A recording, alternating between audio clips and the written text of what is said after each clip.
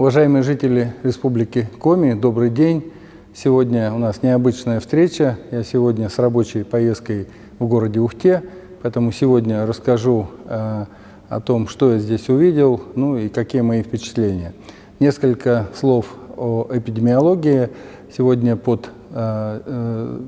у нас диагностировано 847 случаев. Это всего лишь 3 случая мы приросли, но прошу не расслабляться, потому что я не раз говорил, болезнь очень коварна. Под наблюдением находится 2022 человека, и выписалось или уже выздоровело 287 человек. Ну и так как я вам сказал, что я сегодня в Ухте, основные новости будут как раз по этому городу. Сегодня я, во-первых, для чего основная была идея поездки, это, конечно, паводок.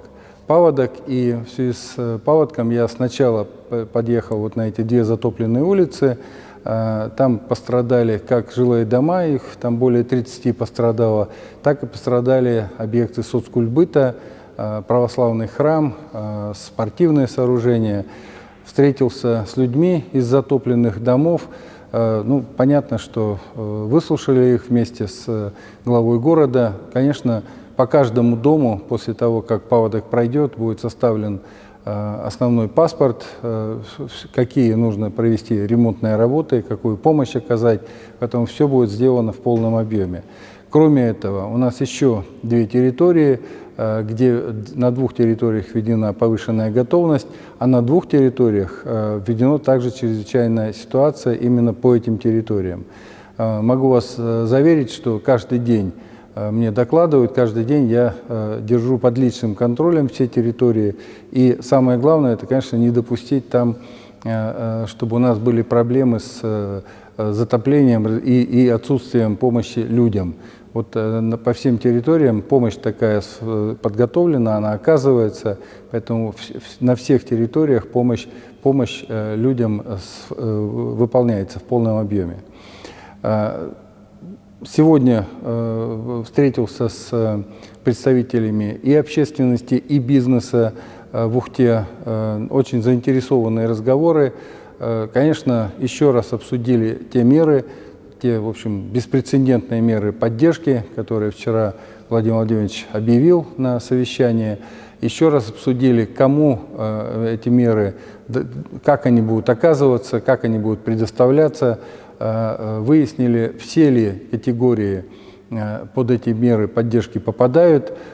Те вопросы, которые были заданы и по которым действительно нужно еще дополнительно находить меры поддержки, взяли в проработку, поэтому будет обратная связь. По работе с общественными организациями тоже была, на самом деле, очень интересная встреча.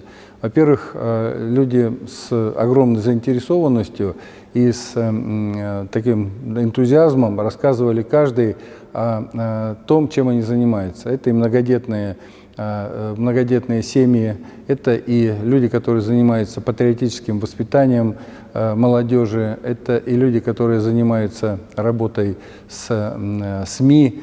В общем, хороший, живой, открытый разговор. Тоже наметили обратную связь, наметили те мероприятия, которые нужно будет проработать мне с правительством республики, с министерствами, и договорились, что в таком обратном режиме, в обратной связи эту встречу продолжим. Я думаю, что на сегодняшний день, уважаемые жители республики, у меня вся информация. Единственное, прежде чем закончить, я все-таки хочу поздравить, сегодня у нас Международный день медицинской сестры. Всегда медицинская сестра была и есть на острие при оказании медицинской помощи, но в этом году это особая миссия медицинской сестры.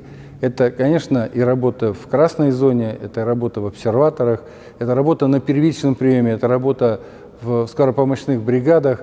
Поэтому я хочу пожелать всем медицинским сестрам терпения, здоровья, сил и того же душевного тепла, которым вы делитесь с своими подопечными, своими пациентами. Будьте счастливы. Уважаемые жители, всего вам самого доброго. До 14 числа, пока я, как я вам вчера говорил, мы не объявим решение, я не объявлю указ, у нас остаются пока все меры и самоизоляции, и режим повышенной готовности, поэтому прошу не нарушать его, прошу соблюдать. До завтра, всего вам доброго.